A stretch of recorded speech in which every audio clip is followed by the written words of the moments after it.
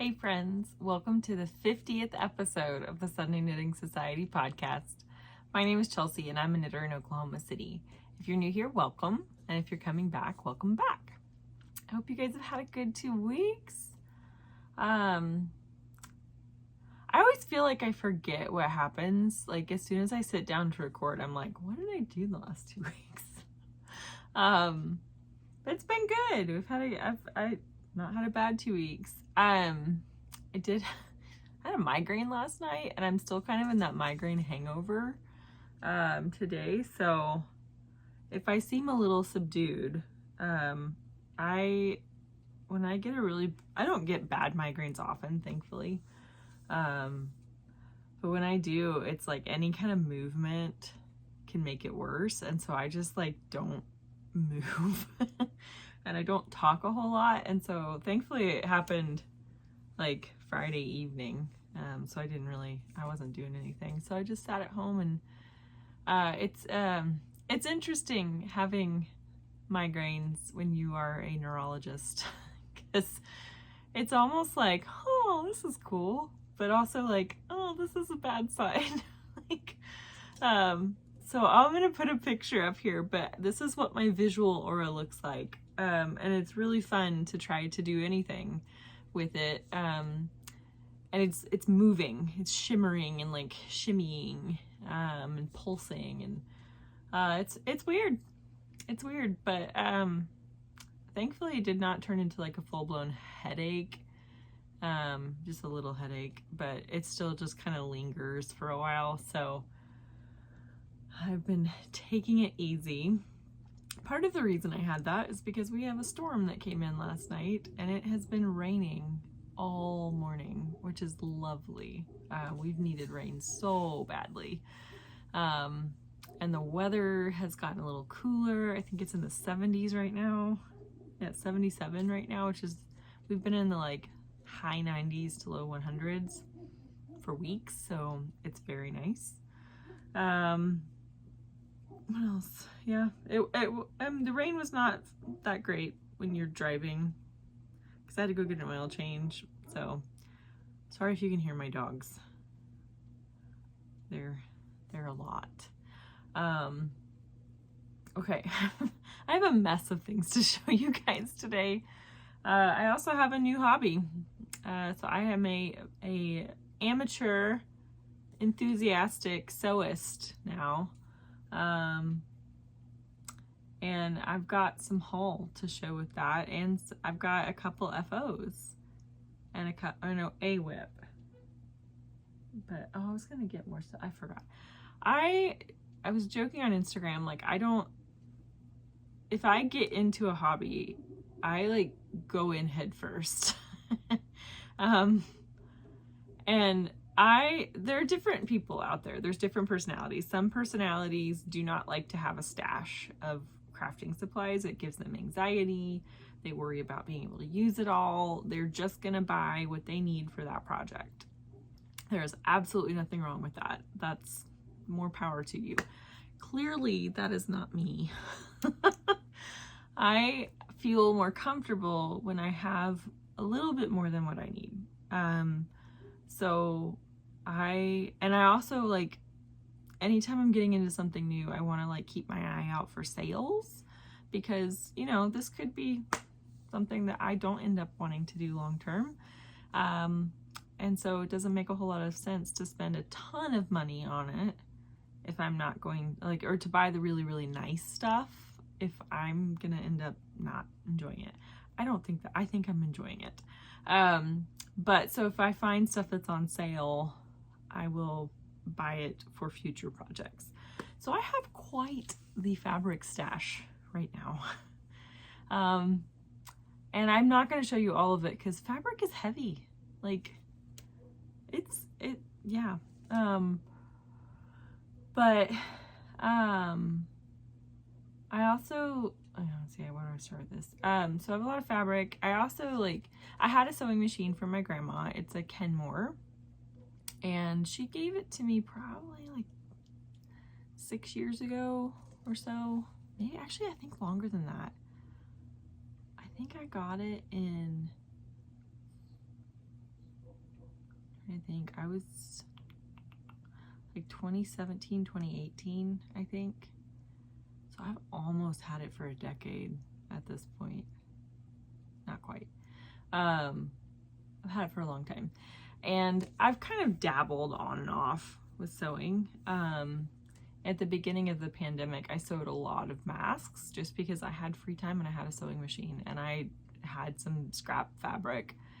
And it kind of became obsessive, honestly. I ended up sewing. I actually still have, like, underneath the shelves, I have my sewing stuff from masks, and I'd already pre-cut tons of fabric for masks. And then nobody needed them anymore. So I've used the machine before, but I decided recently at Flock that I wanted to get into garment sewing, which I've never done before. And it was a wild ride. I've watched a lot of sewing YouTube channels, and it's been very helpful. Oh my gosh, it's been so helpful. But so I've sewn 2 skirts now, and I'll show those in a minute. But I was using the machine to sew another project like 2 days ago. And I've kind of, how do I say this? I haven't been the most complimentary towards my sewing machine. But it's not bad. It really isn't. It works. It has all the functionality I need it to have. It is older. It really needs a tune-up, but I have always, as long as I've had it, when I thread it, I have to manually thread the needle, which is fine. Whatever. It's not, it's when it comes unthreaded or when there's an issue and you have to rethread it, it is a bit of a pain in the butt. Because I've been watching all these like beginning sewist YouTube channels, I know that some of the newer machines have a mechanism that threads the needle for you. And I'm sitting down to use my grandma's machine and I look at it and I was like, huh, that thing next to the foot kind of looks like one of those automatic threaders. It is. Yeah, my machine has an automatic threader. Didn't know those existed until last week. So, I now love this machine a lot more. But anyway, so I kind of also knew like there were some things that I just didn't have, like that were, what I had was adequate for sewing masks and little things, but not for bigger pieces. And so, unfortunately, we don't have a lot of like sewing supply shops in Oklahoma City or like fabric stores. Everything we have is like for upholstery, or like very specific for quilting. But so there's a Joann's like on the other side of town for me, and I never go over there, but I thought, you know what, I'm gonna go. And I got lucky because I went and they were having a 50% off sale. And so I stocked up. I got a few fabrics. Those self-healing cutting mats, the giant, like all of them were on sale for 50% off. And so I ended up getting 2 giant ones, and they're on my dining room table, and that's how I've been cutting patterns out in fabric and all that, which is lovely. But anyway, so I got almost everything I needed at the Joann's, and there's a Hobby Lobby right across the street. I thought, you know what, let's just go look. Let's see. They might have something that Joann's didn't have. I think there was like one thing that I was looking, actually, I don't remember what it was. I was either going to get it there or somewhere else, get the canned air so I could clean the dust off of my machine. And I was about to walk into the Hobby Lobby and I look right next door, there is a sewing shop. I think it's called Be Sew In. And I was like, well, I'm gonna go look at this. And so I walked up to it, and it was like a showroom. Like they didn't have a lot of product necessarily, but they had a lot of machines. And I was like, oh, this is probably like, I don't know what this is, but I almost didn't go in. And I thought, you know what? Embrace being a newbie and not knowing what you're doing. Like, just embrace it. Like, that's the truth. And so I walked in, and they were so friendly, and she kind of gave me a little bit of the layout of the shop. They sell sewing machines, and so you can come demo different sewing machines, but they also have classes, And the lady who does the classes, she does everything. She sews garments, she quilts, she does all this stuff. And so they actually have classes teaching you how to use a serger, which is awesome because I have a serger. I have no idea how to use it. I actually haven't even taken it out of the box, so I don't even know what brand it is. But but the other thing she told me is they have a service shop and you can bring any machine into them and they will service it for you, which is awesome because like I said, I think I've owned this machine since like 2017 and I've never had it looked at.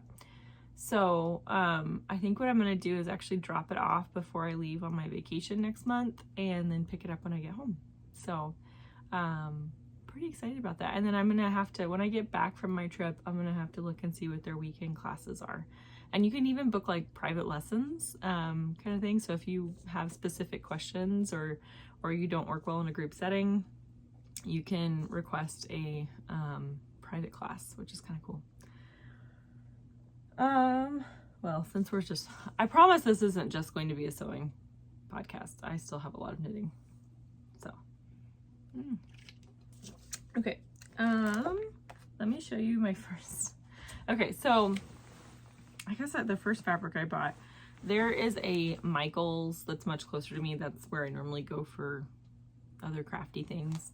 And they've never had fabric. My Michael's has not had fabric. And they very recently, like literally the week I decided I wanted to start sewing, they got fabric. They have, so I don't know what I'm looking for the most part. I'm still very much learning what types of fabric I'm looking for. But my goal when I shopped at Michael's was buy cheap so that you can essentially make a muslin or make a mock-up, a fake one. And that way, if you make it look terrible, it's cheap. So this fabric, I'm gonna be honest, this fabric is not my fabric. It was better than some. And I know there are people that are gonna love it, and that's great. I don't like this fabric. I think it's hideous. But it cost me $3 a yard. So I sewed an estuary skirt. I'm gonna take it off the hanger. So bad. So this is my estuary skirt by Sew Liberated. I have not hemmed it because I decided, and I haven't put any buttons on it because I kind of decided that there's no chance I'm wearing this. So this was a learning process. So one of the things, I haven't even cut all my extra thread off. I don't know if you can see that. So I learned a lot of things with this. So here you can kind of see, I learned that seam allowances, this is my pocket. It's supposed to be hidden. I learned that seam allowances are not mere suggestions, that if you just sew wherever the heck you want to, nothing will line up. So, I also learned that you have to adjust the length and the tension on or the length and the width on your stitches when you switch over from like a regular stitch to a zigzag stitch. I didn't know that. So all of my zigzag stitching is wonky as heck. And it bunched all the fabric and like the pockets, it's the worst. Like, you can see how bad it like messed with and you can also see how bad my sewing is there. And I'm saying all this, like this does not bother me. Like I'm okay with this being bad. I don't plan to wear this ever, but it has taught me a lot. Where was the other thing? Let's say there's like a point where you can still see my stitches. Yeah, oh, you can see how wonky my sewing lines are. And yeah, you can see where I've gathered it there. It's just, yeah, I'm not upset with it. I will say this was a mental puzzle for me because you have so many parts to this. You've got the front parts, because my fabric was shorter, I had to have two backs that had to be seamed together. You have your button, or not your button band, you have your waistband, you have your pocket pieces, you have your placket down the front, which I just sewed mine together, except for the top. I don't know why. I think I was thinking, oh, I'll put a real button there, but then it's always just gonna do that. I think maybe I thought it would just look too obvious if I did that. I also learned that you should pick an elastic that's less than, like, that has to stretch. Because the elastic I picked was way too long, and so now this thing, just the weight of the skirt starts to pull it down. So yeah, I think this one would be, this was kind of a rough first piece, just because there were so many pieces to it, and I don't think the pattern booklet is super helpful. Like the instructions they give you, there were a lot of times I was like, huh? What am I doing? And I'd actually found, one of the videos I watched is from So Hungry Hippie, and she actually does a video where she makes the skirt, and it's not like, it assumes that you know what you're doing to an extent, and it also assumes that you have the pattern and you're like looking along at it, which I didn't at the time. But I only knew how to do some of these things because I'd seen her do it on the video. Like, I don't know. There's just, yeah, there were some things that I think the instructions on that were like a little overwhelming. So I don't think I have this pattern with me, dang it.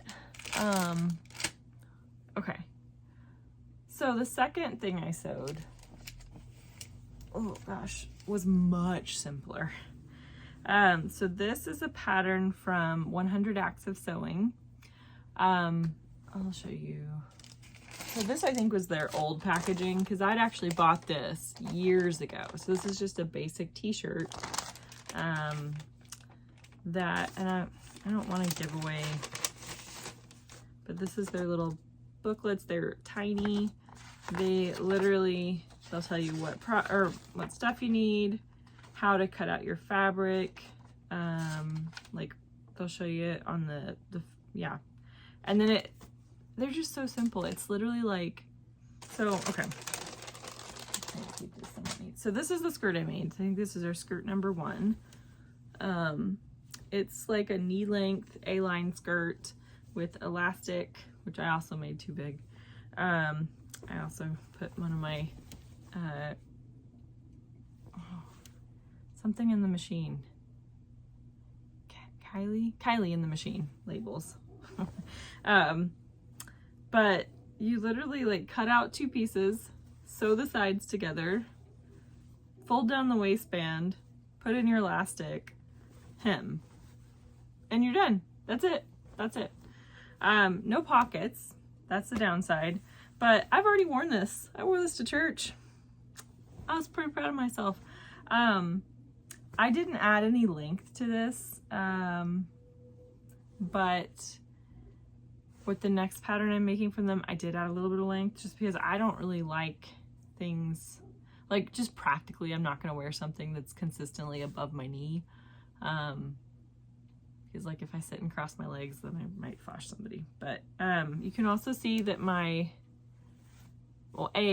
matched this thread perfectly. I'm very proud of myself for that. I think I bought this at Hobby Lobby, and they had thread there, so I just held up the fabric to it. The lady cutting my fabric said this stuff reminded her of Bambi. So it's my Bambi skirt. But I actually paid attention to seam allowances. Like, I actually learned how to do a zigzag stitch with the correct length and width. And part of the reason I knew how to do that was because of this book. So this book is amazing. I love this book. So not only do they have patterns in here, very, very simple patterns that you can adjust and hack, but they go through everything. Like, let's see. So like, what kind of tools do you need when you sew? And they talk about thread and how to press things and what seams do you want? Like how are you going to use your sewing machine?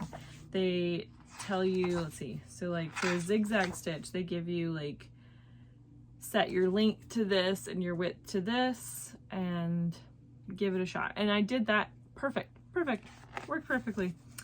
And then they also have some like troubleshooting. They talk about what kind of fabrics to look for. I have not read through all of this, obviously, but like there's the product I'm about to do has a applied, I almost said I-cord, bias tape, and the instructions absolutely made no sense to me. And so, where'd it go? There's chapter 19, I remember that. So they literally tell you how to apply bias cord. And some, yeah, so here they have like basic skills, and they just do a like, yeah, so there's the instructions on like how to apply bias tape. And it's just like, and so yeah, and then they have all the patterns in the back. You get patterns for a boxy tee that you can convert to a long sleeve, that you can add a peplum, or you can add a skirt. They have bag patterns, they have cardigan patterns. Like they teach you how to put in a zipper. And it's all very easy to read and understand. Like it's like, when I've struggled, I've gone to this and it's been like, oh, okay, yeah, that makes sense. That's why I want to do that. Or, oh, that's why that thing I'm doing isn't working. So if you're considering getting into sewing, I highly, highly, highly recommend this book. Okay.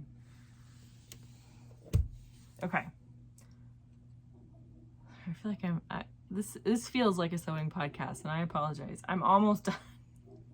I have a couple more patterns, and then out here, actually, let me show you my whip. So this is my whip. Yeah, you can still call it. It's a sewing whip. Swip. So I'm making I'm making a dress from 100 Axis Sewing. So this is their dress number 1. I'm debating if I'm putting pockets on it or not. I've cut them out. But I just want to show this because I'm very proud of it. This is in, so I did it in some Brussels washer linen that I got from Farmer's Daughter Fiber. It's like, it's in my brain. I know where it is. Which obviously I've never used this fabric before. I am very proud of how well I cut it, that you can tell. I did add a couple inches of length to it, but I'm mostly proud of, like, look, I matched this thread perfectly, and I did not have it with me. I did it by memory, and look how good I matched that thread.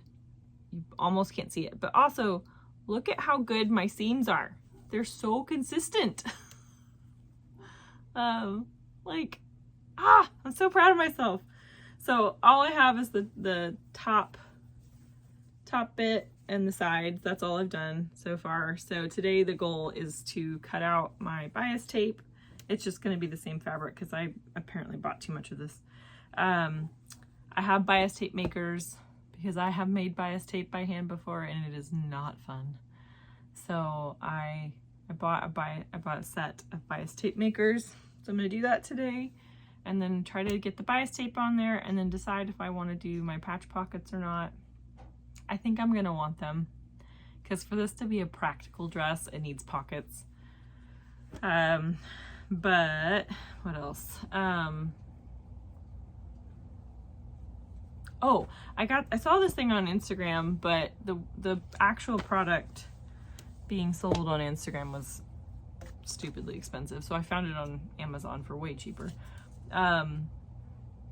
It's this little magnetic thing that so there's 2 parts to it. I don't really need one of them, but it's this little plastic thing that you put down and it has holes in it so you can put your needle down through it and it shows you where different seam allowances are.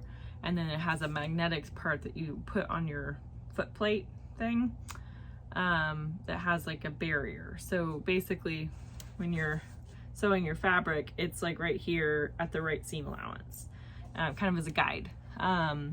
My foot plate has all those seam allowances already measured on it, so all I need to do is just plunk it down on that spot.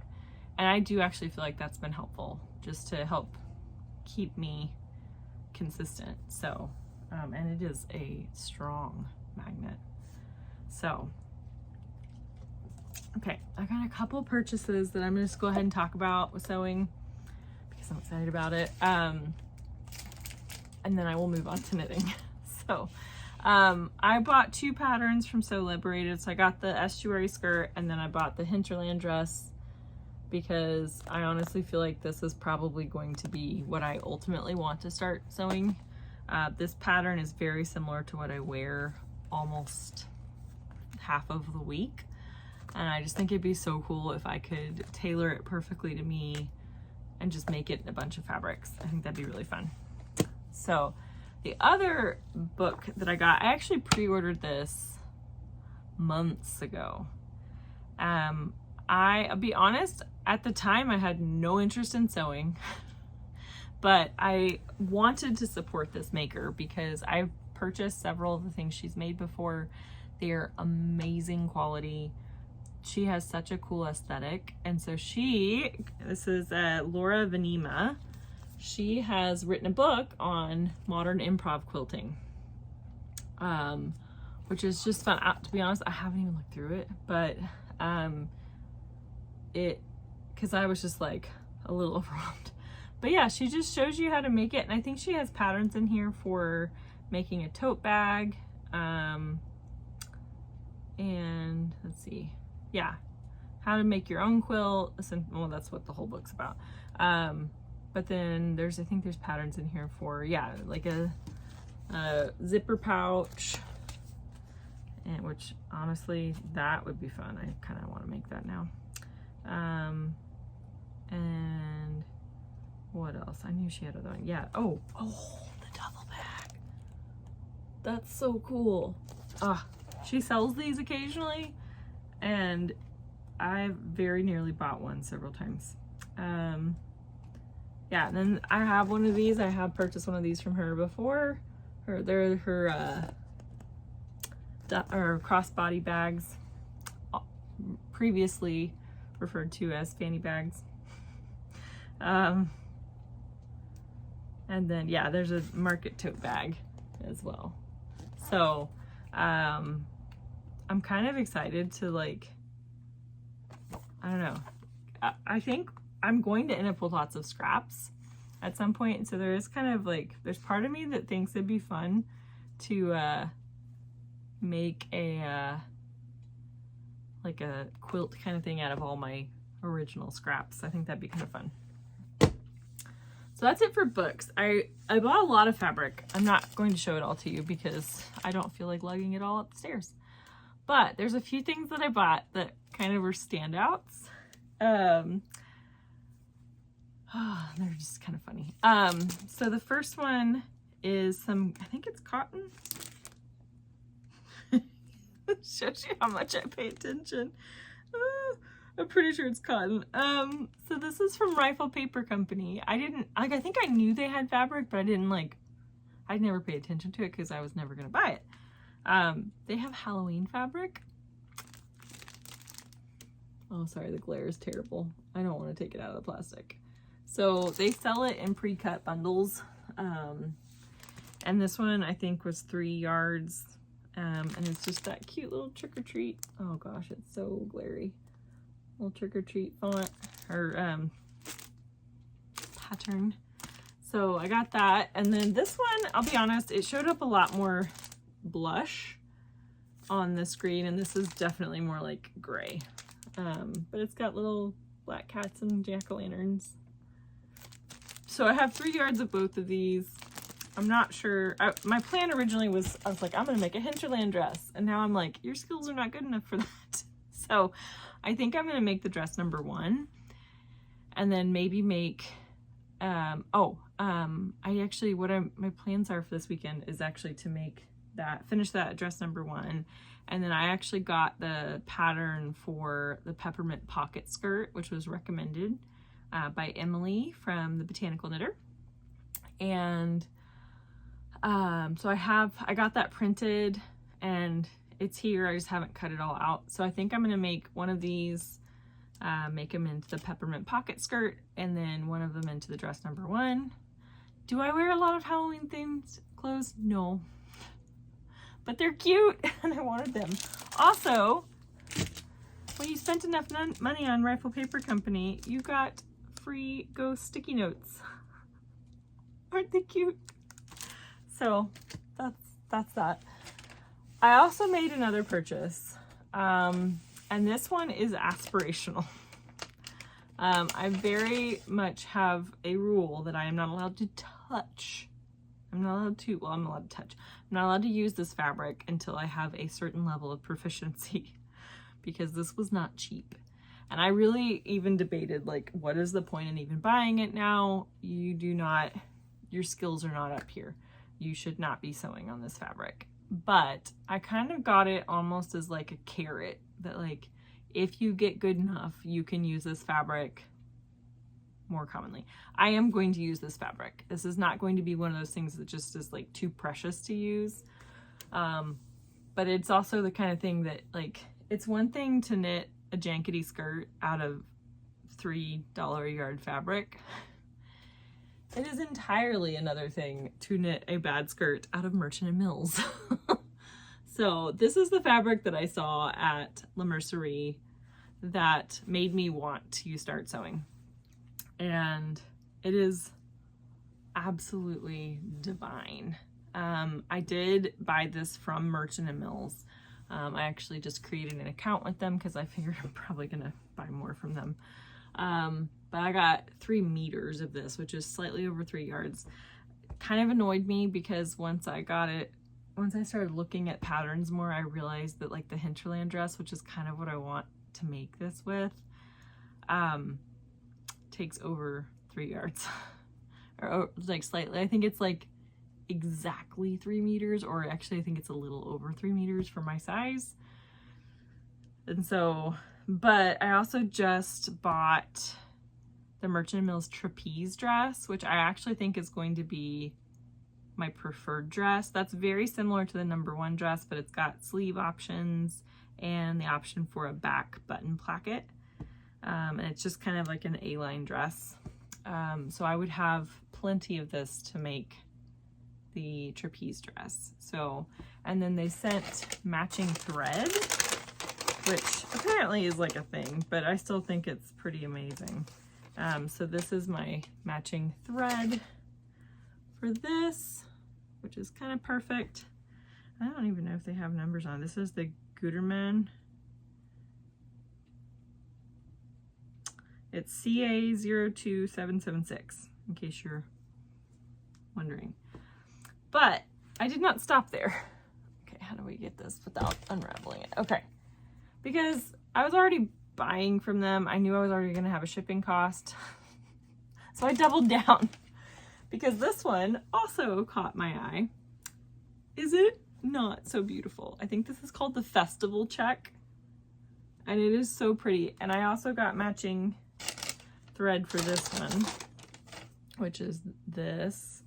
I think it is going to go so well.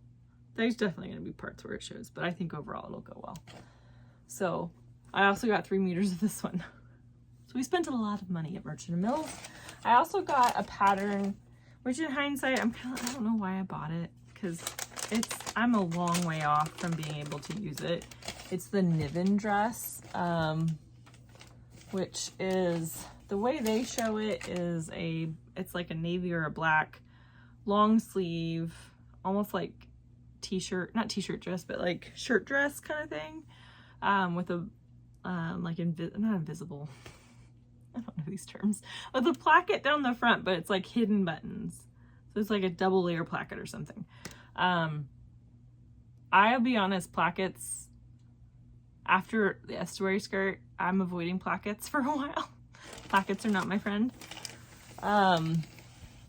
But I will master them at some point. I will become good at the placket. So that is all my sewing. We got it out of the way. Only 30 minutes.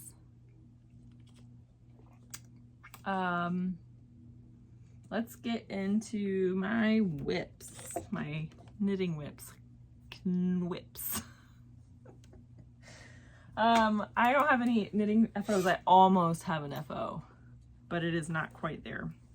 So in my new favorite Fat Squirrel bag, she also, I don't know if she still has any by the time you guys see this, but she had a Halloween update that might still be, there may still be things left. So if you want a Fat Squirrel bag, she's got some really cute Halloween themed bags right now. But this is my sock that I'm knitting. It's in a big tangle right now. Excuse me. So this is the yarn I'm using. This is from Woolens and Nosh, and this is Reed Band Books is the colorway. There we go. And this might be my all-time favorite. I say that with a lot of them, but I love this. Is that not amazing? It comes with, or you can buy it with a like cream colored contrast, but that just, this is just such fun coloring. I could not imagine breaking it up and not just using this color. So I decided I'm going to do a cut in afterthought heel and use this yarn for that.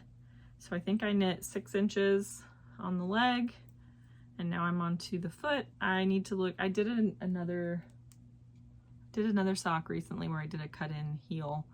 I need to go back and measure how far I made my foot before I did the toe. So I know how long to knit this section, but yeah, this has just been a nice little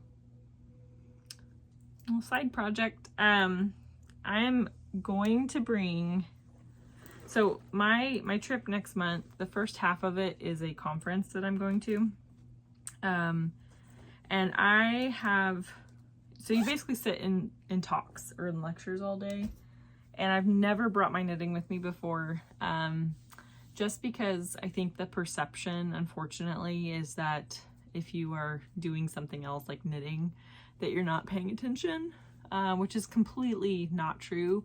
I actually pay much better attention when my hands are occupied. I have a touch of ADHD. But I brought that up with somebody at work the other day, and they were like, well, you know, like half the people in there are on their phones during these talks, like checking things or like texting people like periodically. So it's not going to look any worse than that. At least you'll be off your phone. And so I kind of thought about it, and I thought, you know what? Yeah, I think I am going to bring something, probably not something that bright, because I'm going to try really hard not to like draw attention to it. But I think I would pay attention really so much better if I have something to knit.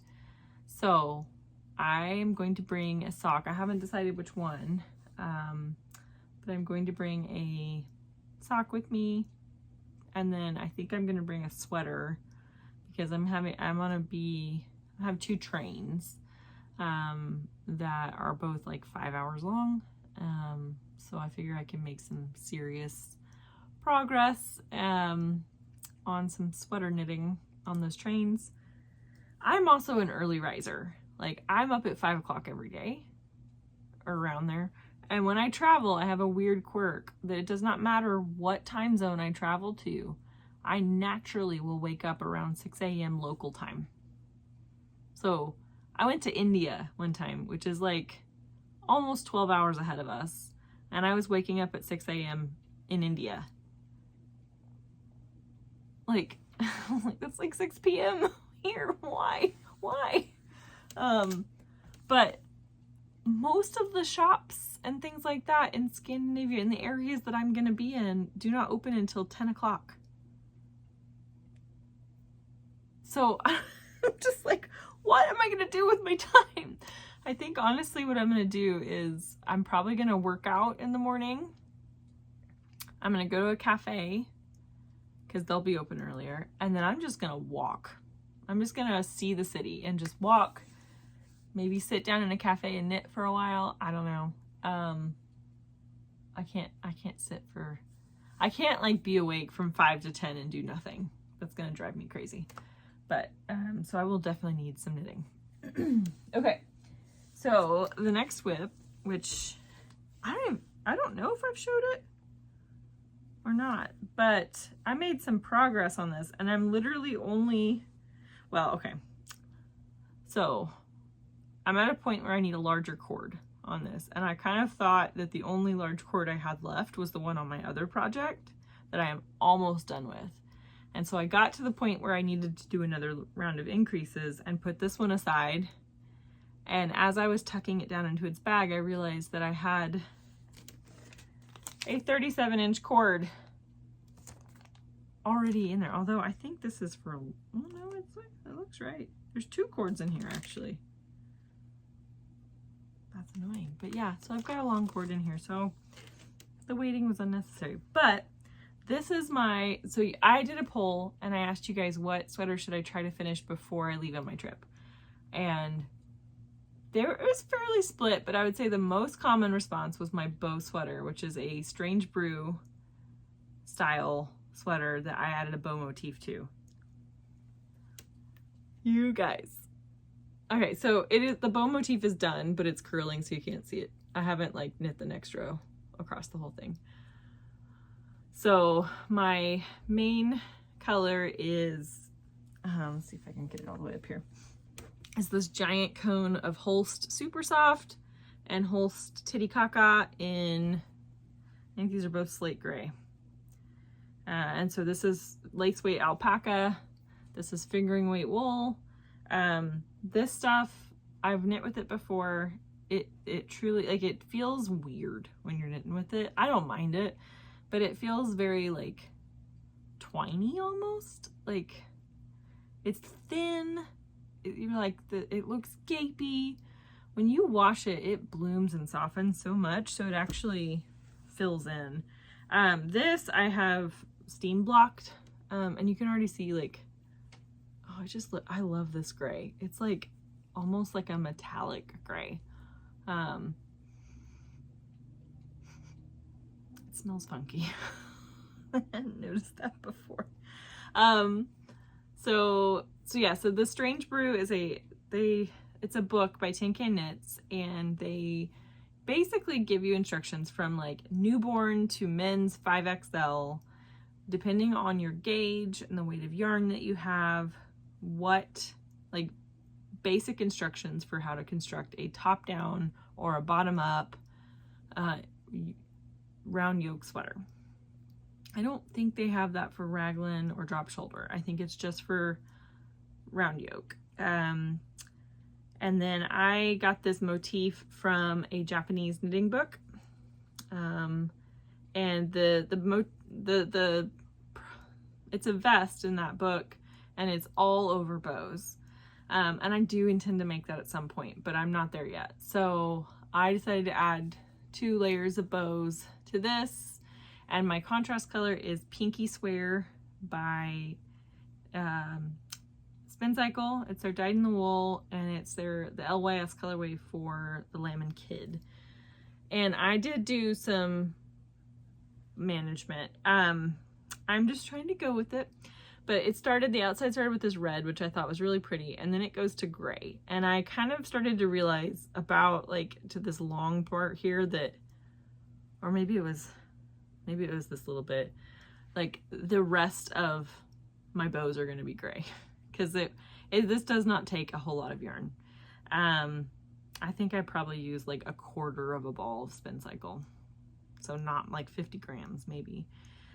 So I actually at this point cut it and went to the pink, but then I got to this pink and I realized it's gonna stay in this pink, like it's not fading fast enough. So I cut it and got to a part that changed more. I wonder if you can, yeah, this side you can see a little better. So we have a little bit of color changing, but it's not quite the look I was going for, but I'm okay with it.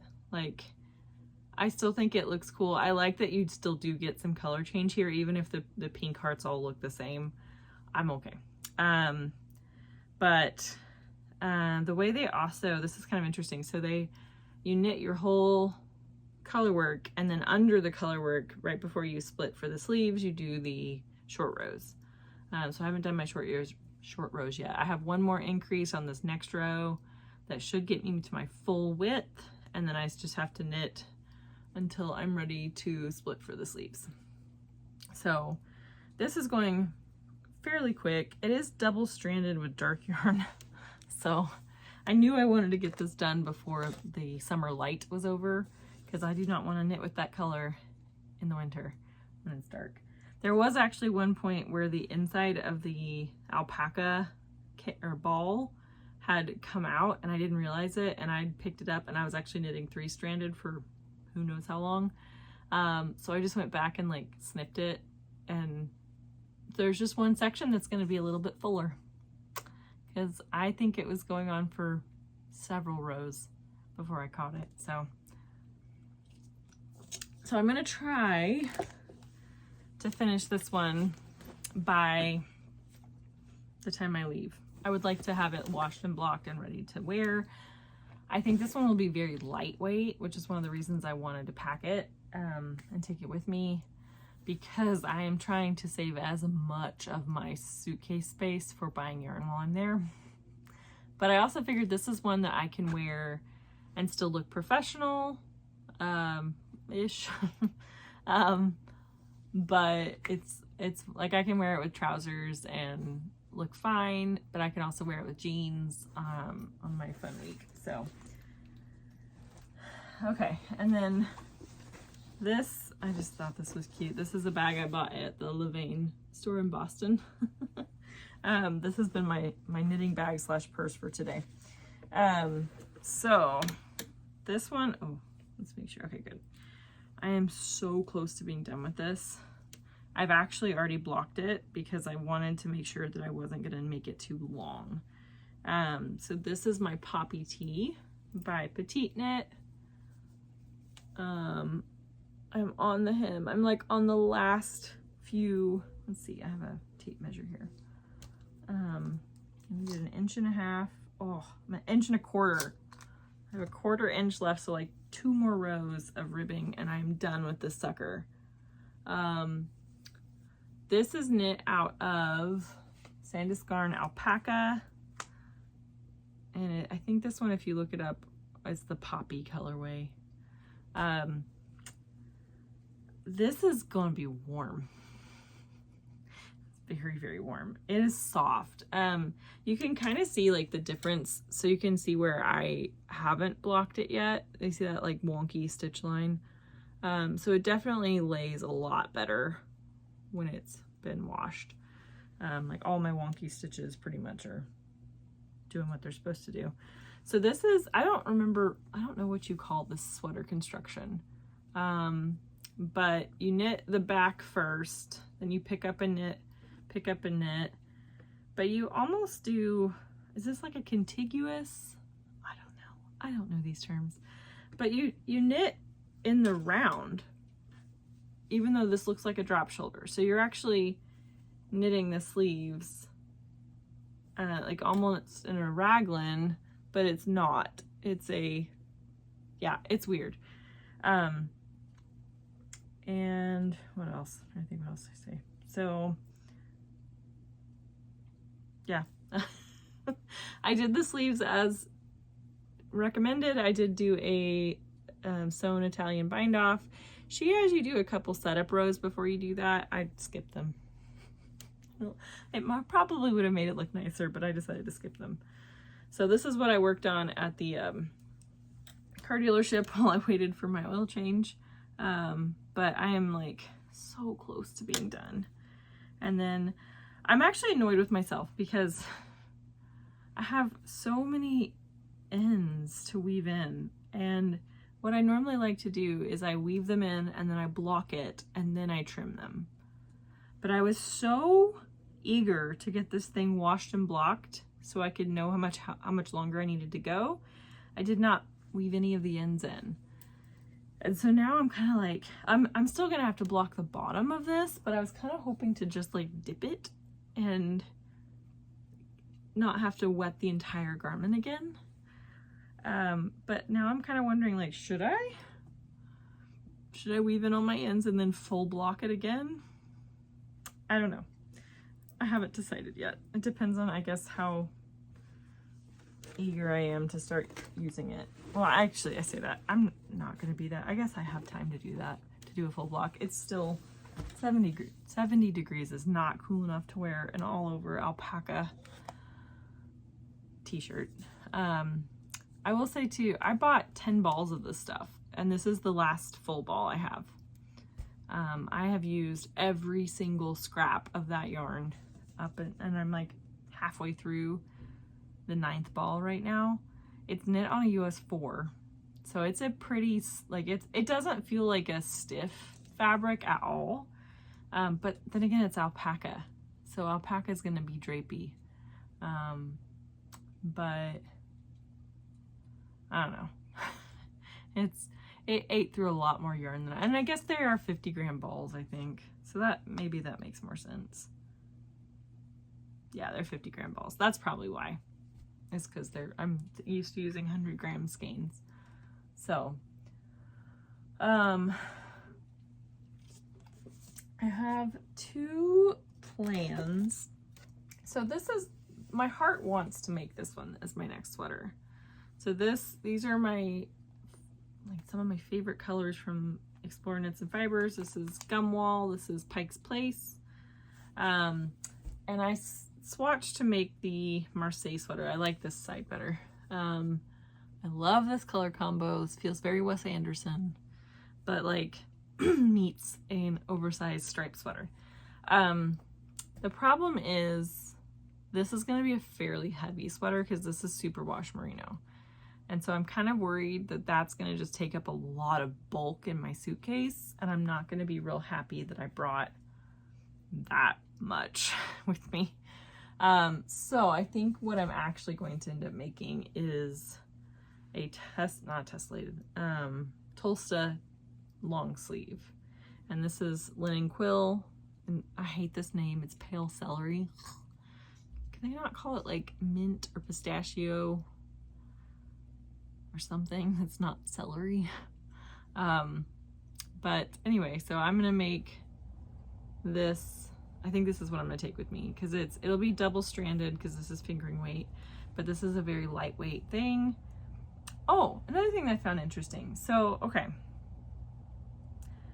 I always assumed, and this maybe isn't the best. I moved all my spin cycle when I reorganized these shelves. Not spin cycle. I moved all my, here we go. All my linen quill. I used to have it all on one shelf and now it's color coded. Okay, so you see on this all the white threads.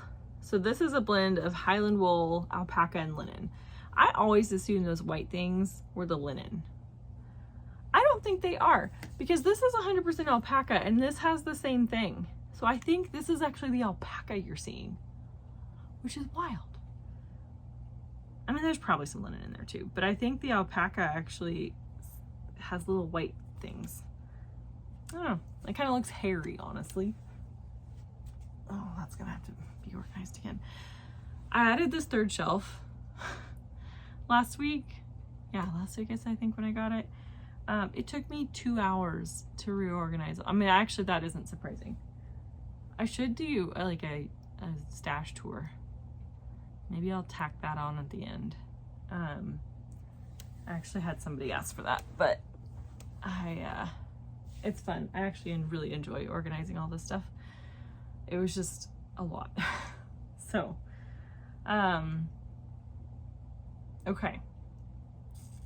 So yeah, I think I'm gonna take this with me to knit on the trains and on the airplane, and then like in my mornings before anything opens and whatnot.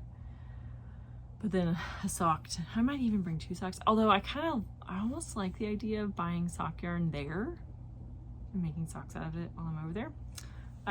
So maybe I'll like get a head start on the socks that I'm bringing, because I'm getting in half a day before the conference starts, and I'm going to start in Copenhagen, and so I really want to go to Knitting for Olive, but it is a bit of a jaunt out of the where I'm going to be, and so I kind of thought maybe it would make more sense to go there first before the conference starts and like knock that out, and there's one other over there that I want to see, and so I kind of get those done with, and then everything else will just be central. So I might do that. I've also watched a lot of YouTube videos on like yarn shopping in Scandinavia.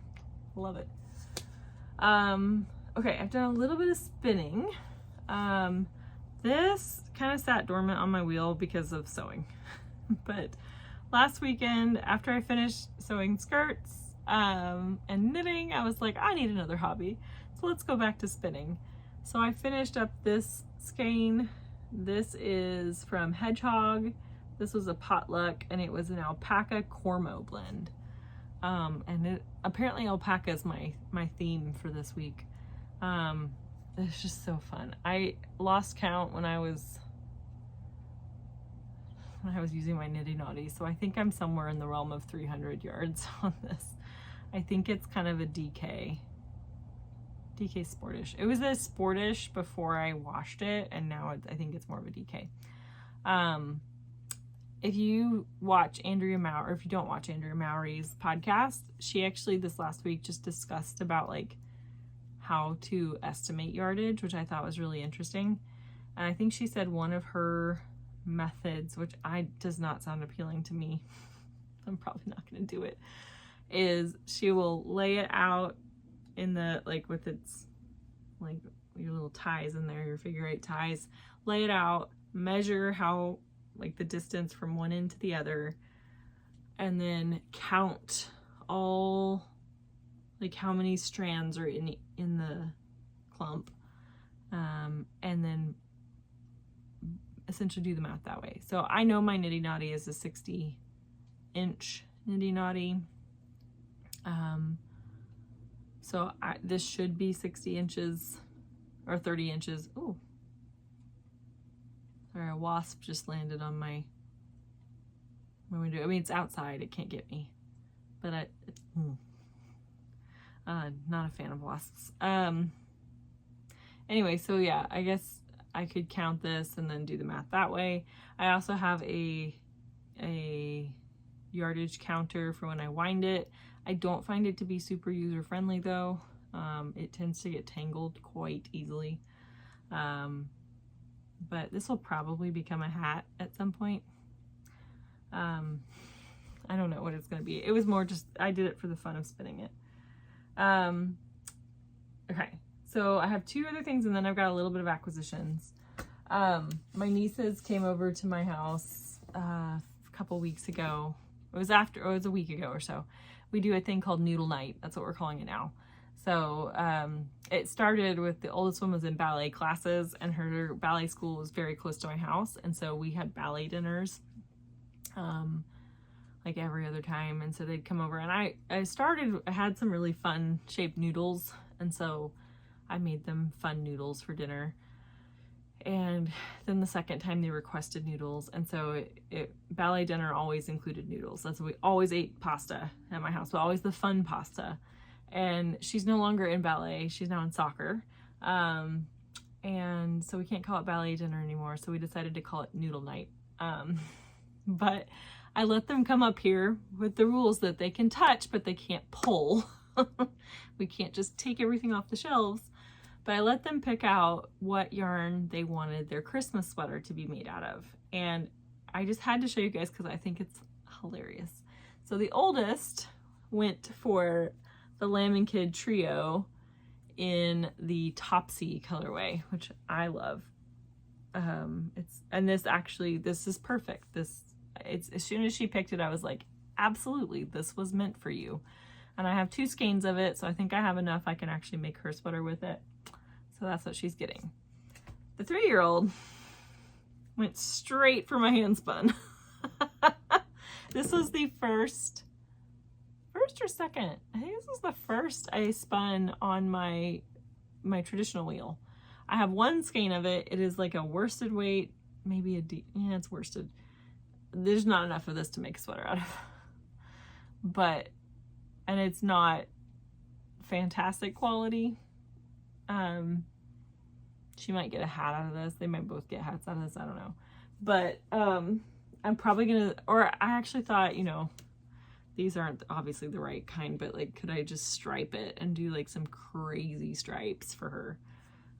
So I actually have,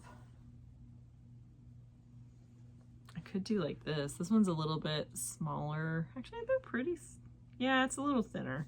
But I could do like crazy go nuts stripes like that or something with my hand spun. I wouldn't do that. But yeah, so I was like, man, that kid has good taste. Like, she went straight for the hand spun. Oh gosh, okay. Alrighty. Man, I'm tired, y'all. We haven't even done the giveaway yet. I forgot about that. We have a giveaway.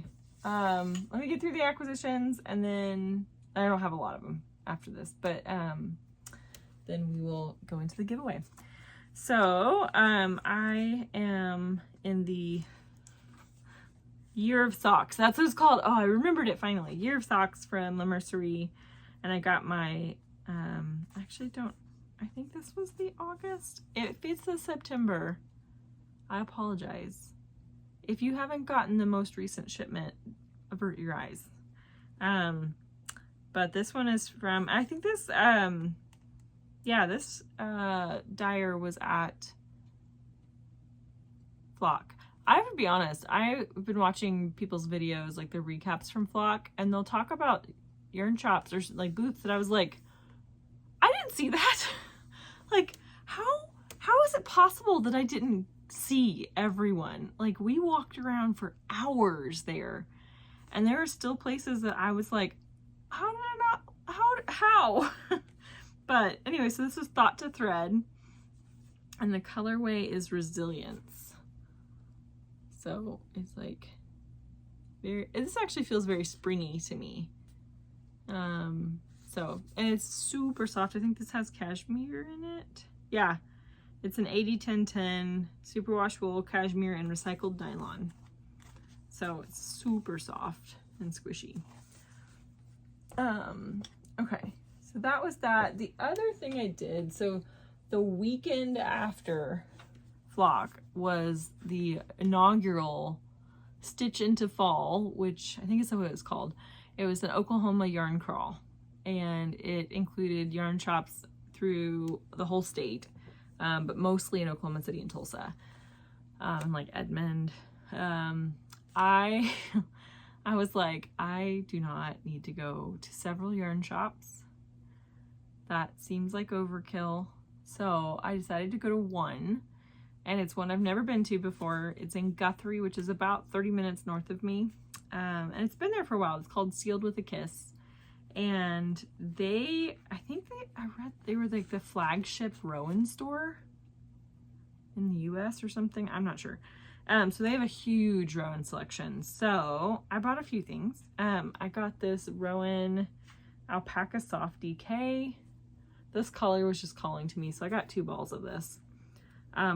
Honestly, I wanted a sweaters quantity, but I was like, no. How about we get something enough to make hats, or a hat? So I think this would look good on me. It's so soft, but it's alpaca, so it's going to be warm. So it's made with extra fine, super fine merino wool and baby alpaca. So it's 70% virgin wool, 30% alpaca. So it's very soft. How many yards is it?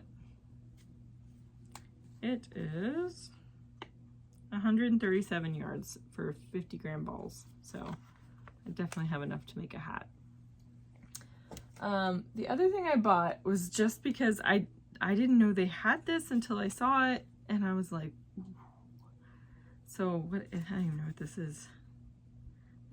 I got some Noro yarn, and the Noro Ito, which I believe is a worsted weight, but it comes in this glorious like egg cone thing with this really pretty ribbon tucked into the sides of it. I just thought this was really fun. So this is, I think it's all wool. Yeah. It's 100% wool. It's 200 grams and 400 meters in this. So I think that's about like a worsted weight. It really looks like a worsted weight to me. And it's a little bit thick and thin, like almost looks a little hand spun. But I just thought these colors would be so fun. I actually thought about making a Sophie shawl with this. I don't know, this feels like it could be a little itchy. But I don't know, something like that, like a shawl that you could see like the big color changes over time. I know La Bien-Aimée is making a granny stripe shawl, which I'm so excited for, because you can totally stash bust with it. Like I put all my minis in that little thing, and I just thought that would be fun, but it would also be fun with something like this, because you never have to weave in ends, but you could just go till you're done and then have a really funky, very Mrs. Weasley looking shawl, which I'm all here for. So those were kind of fun. I think this one also, just to be honest, like it's just sitting on my shelf looking beautiful because it is so unique and so fun. And then the last thing I got, well actually I got some green buttons, but I right now could not tell you where they are. They were going to go on that hideous green skirt that I decided not to put buttons on. So one other thing that they had that I was very intrigued by and I have already used is a Katrinkles center pull ball maker. So it is a little tricky. So you put you like hold the end of the yarn here, you run it through the groove up here, and there's a little notch at the end, and then you wind it into a giant X. And then you pull it off at the end, and so you have your center pull. And it's interesting. It's hard to do an X. Like your hand wants to just do that, so you have to like. I found myself forgetting to do the X, and so I used it for my spin cycle because I didn't want to just like have a knot of spin cycle. I wanted it to be somewhat contained. I didn't do it very well. That's okay. But I think that would be great for like, especially when you're spinning and you have like one bobbin that still has a pretty substantial amount left on it and the other bobbin runs out, do a center pull ball, and then you can just pull from both ends and finish up your bobbin. So one more acquisition and then we're on to the giveaways. So I was watching Suburban Stitcher's podcast the other day, and she has started dyeing fiber, and I think she said, so she's a big fan of merino. I'm trying to figure out what this is actually. Okay. So she's a big fan of spinning merino. I don't love spinning merino, but I think one of my all-time favorite fibers to wear and to spin is Cormo. I just find it to be really soft, but not like slippery like merino. I don't know, that's just me. But she showed this color and I like had to pause the video and immediately go buy it. I got 2 braids of this, but this is called Swamp. And it just felt so perfectly autumnal. Like the ochres and the greens and the blues. It's just, and like the forest green in there. That's actually, this shows up different. So it's actually not forest green. That's actually like super dark ochre, like brown. I kind of want to do this one next. But I'm not gonna lie, I'm feeling a little stressed with all my hobbies now. Because like anytime I'm sewing, it's like my knitting is like, excuse me, what? and then my poor spinning machine is just like tucked away in my office. Like, I'm here when you need me. It's just kind of sad. So I don't know, maybe I'll be honest, like I'm not gonna like schedule my time. Somebody had suggested that at one point, like schedule 15 minutes with each thing. That's not how my brain works. I kind of just go with the one that I feel like doing. Like, I really feel like finishing this sweater, like the poppy sweater, so I'm probably gonna do that today. And then I feel my headache coming back just a smidge, so I'm probably gonna take some medication and then so just finish knitting and just do something very calm. And then if I feel like I have it in me, figure out bias tape and finish up that dress. I don't think I have I mean, other than doing the bias tape, that's probably gonna be the trickiest thing. I think the patch pockets will be fairly straightforward, and I feel good about like hemming now. I also need to press, which that actually is very relaxing. So maybe I should get out the iron and press my seams. But yeah, I'll probably do those 2 today, and then if I feel like it, do some spinning. And I'm still catching up on the Vuelta. I got burnt out on sports. I was telling my dad, like, I need a narrative. I can't just watch sports. I need a storyline. And now I'm kind of at the point where I'm like, okay, I need some mindless sports on TV. Like, I need a sprint stage that just goes on forever and nothing ever happens. Okay, the giveaways. I apologize for the crinklage, but I put these in plastic bags so that they wouldn't get dog hair on them or anything like that. So let's start with the yarn giveaway. So as a reminder of what you're getting, so this is the Flock colorway in Earthy Sock from Explore Knits and Fibers. It is blowing out a little bit, that's better. And then a set of stitch markers from All Stitch Studios, also for Flock. And so this is going to, and I've already forgotten the names. I did the random comment picker and the screenshot, and then I've forgotten. So the winner of the fiber is this lovely human. So to claim your prize, just shoot me an email, and that is in the comment box below. Shoot me an email, let me know. We'll figure out shipping. Oh, like shipping. I'll get your address from you. I will pay for shipping, and then I will get this in the mail to you. So that's the first winner.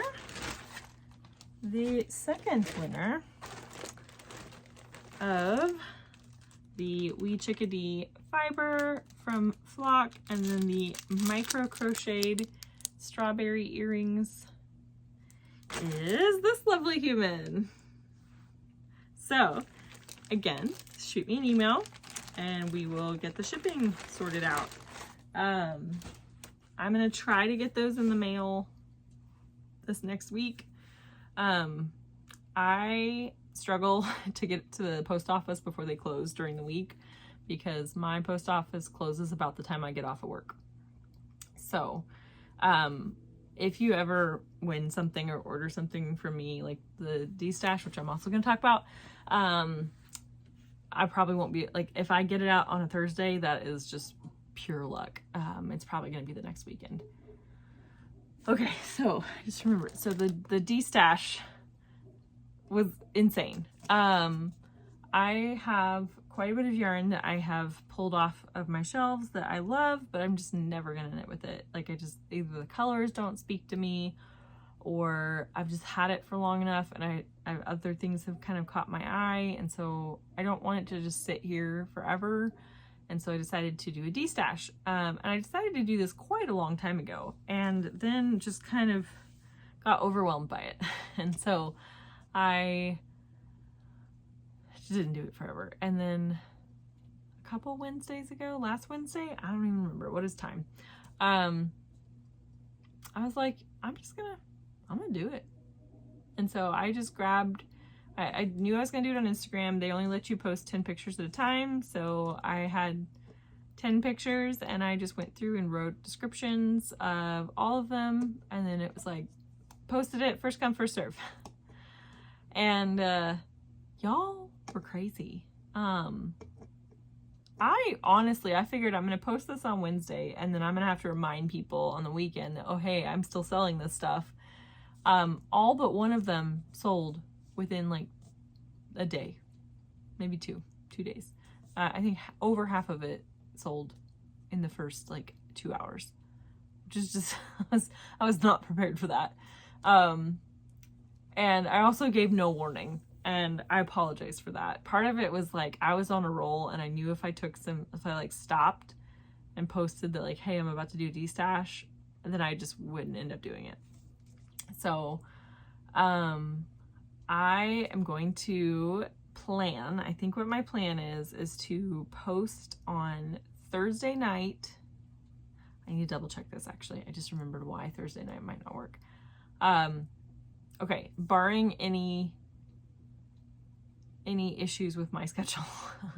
As long as I can, it'll either be Wednesday night or it'll be Thursday night, but I think it's gonna be Thursday night at 7 p.m. Central is when I'm going to do the next destash. And I want to do it that day because that way it gives me time to put everything in a bag, and then it's not too long until the weekend. Like I might be able to get it there on Friday, but definitely on Saturday. So that way you don't have to wait as long before I ship it. I also needed to, I realized I didn't have any labels. And so I was writing with a big Sharpie on all these bags. And I was like, I should probably get labels. That might make my life easier. So I have labels. I'm ordering bags that are more appropriately sized, because that was the other thing. All I had were big bags, and most people bought like 1 to maybe 2 skeins. And that's just like, it was a lot of bag, and it's just like, we can do this better. So I'm getting bags, I'm getting have labels. But I think, yeah, so I debated actually showing you guys, but I don't even know which ones I'm putting in, because I can only do 10 at a time. So the way I did it this last time, I had a picture of all of them up on the post, and underneath I numbered them 1 through 10. I gave a description like, this is the brand, this is the type of yarn, this is, you know, what its composition is, how many yards, and the color. And then I made a note if it is like, because I have a few that I caked up and I used a little bit of them, but most of the ones that are caked up, it's still almost a full skein.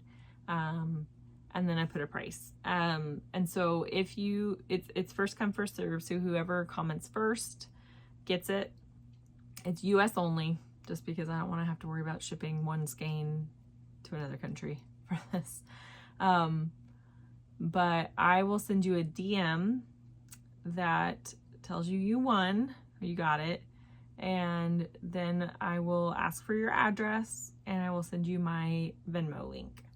And I think that worked pretty smoothly. I kind of thought about that though, as I did it this time. I'm like, that feels like it could feel like a scam. It's not. This is how I plan to do it. If that makes you really uncomfortable though, you can always shoot me an email, and we can do this over email if that makes you feel better. But there will be a request for your address and a Venmo link, so you can pay for it, and then I can get it in the mail to you. I also did just a flat rate $5 shipping. I think that'll be okay if I use smaller bags. I ended up paying a little bit more than that for almost everybody, which is my fault. But that was because I think the bags were just too big, and so it was a bigger footprint. So I think smaller should be fine. But yeah, so the plan as of right now is the next one is going to go up Thursday at 7 p.m. Central. So keep your eyes out for that.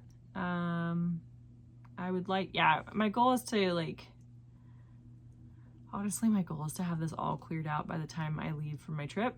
So I will probably have 2 destashes, 1 a week for the next 2 weeks. Just so it's like out of my house. Because I'm gonna buy more. I actually was like making my list of like what I want to buy over in Scandinavia, and I was like, oh, it's actually not that much. It's not too bad. And then it's grown. So I actually bought compression packing cubes for the yarn because I figured yarn can squish. And so yeah, I'm gonna have a suitcase. I'm gonna literally like bring like 5 outfits and then just recycle them the whole trip. And, I'll have more sweaters than I will have anything else, because I'm planning to bring at least 3 sweaters with me. The temperatures are supposed to be in like the 40s to 60s, which is, I'm so excited. I'm so excited. I love cold weather. So, which, I mean, over there, that's probably still like spring, but to me that's cold. So yeah, I think that's all for me today. We have a long weekend this week, which is nice. So I am planning to just do all the crafting. There's some construction near my house right now that makes it a little tricky to get anywhere, and so I'm kind of using that as an excuse to like not do any errands this weekend and just be a homebody and relax. It's gonna be lovely. But I will be back in 2 weeks. That'll be my last podcast before I go on vacation. Hopefully I'll have more projects to show, and then after, I think I'll be able to stay on schedule. And then, so yeah, so 2 from now will be my yarn haul from Scandinavia. But okay, well, I'm gonna stop rambling. I will film a tour of my stash and just put this at the end of the video. So if you're interested in that, you can watch it. If you're not, that's fine. You won't hurt my feelings. But I will see you guys back in a couple weeks. Bye. Hey friends. Okay, I'm going to show you a little tour of my reorganized knitting stash. So I added this 3rd shelf on this last time because it just got out of control. So let's start at the top. So my top shelf this time, all of this is my fuzzy yarn. So mohair, not a lot of mohair, mostly it's alpaca. And then this is all the spin cycle, which I did not realize I had this much spin cycle until I put it all here, and it's a lot. Then we have all the fingering weights on this top. I have to say, like, this little section is probably my favorite of the entire shelf system. So I kind of went in rainbow order. That's all fingering weight. And then this row is all DK worsted, also in rainbow order. And then we get over here, and this is all sock yarn. So this is some Sandisk yarn that I plan to make slippers out of. And then these are all just sock yarns. The 3rd shelf is all my sweater quantities, and I've kind of joked before that I put them in lasagna layout. So it was easier for me to keep track of things if they were in layers instead of in clumps. So I have, each layer is a different sweater quantity. Also this section, love it. And then the neutrals over here. The next row down is all the sweaters. Sorry, my floors creak. And I actually don't have enough, well, I do, but like of the ones I wear, I didn't have enough quite yet to fill this out. So this is like some odds and ends back here, and this is all the balls of yarn that don't really fit with the skeins quite as easily. So hopefully that will shrink over time, because I think ideally I'm gonna need more room for sweaters. This row I'm also hoping is shrinking. So these are my linen quill minis that I would like to make into a blanket. This was also some extra balls and like odds and ends. These are all my mini skeins. It's shameful, shameful. I ordered Advent skeins too, so it's kind of a mess. This is all my hand spun skeins, and then random thread that I found in my sewing stuff down there. And then this is my fiber and unspun. So there's that. And then just because this is fun, so this is the dresser where all my extras are held, but this top drawer is my socks. Oh, aren't they fun? So I have a little bit more. I've got 2 more rows, probably like another 12 socks that I would need to fill this out. So still got a little bit, but this is all of my extras and stuff. I actually, and you guys can tell me if you have any interest in this, because this may not be appealing at all, but I kind of thought of going through here and picking like a grab bag of different types or different colors, or like putting palettes together and whatnot, and doing giveaways of that. So we'll see. But yeah, I've got literally 3 drawers. Some of these are like full skeins that I've just swatched with, and I haven't done anything yet. And then I think this last one is also, yeah, there's more. So I have three drawers full of wound up extra balls that need to be dealt with. So anyway, that's it.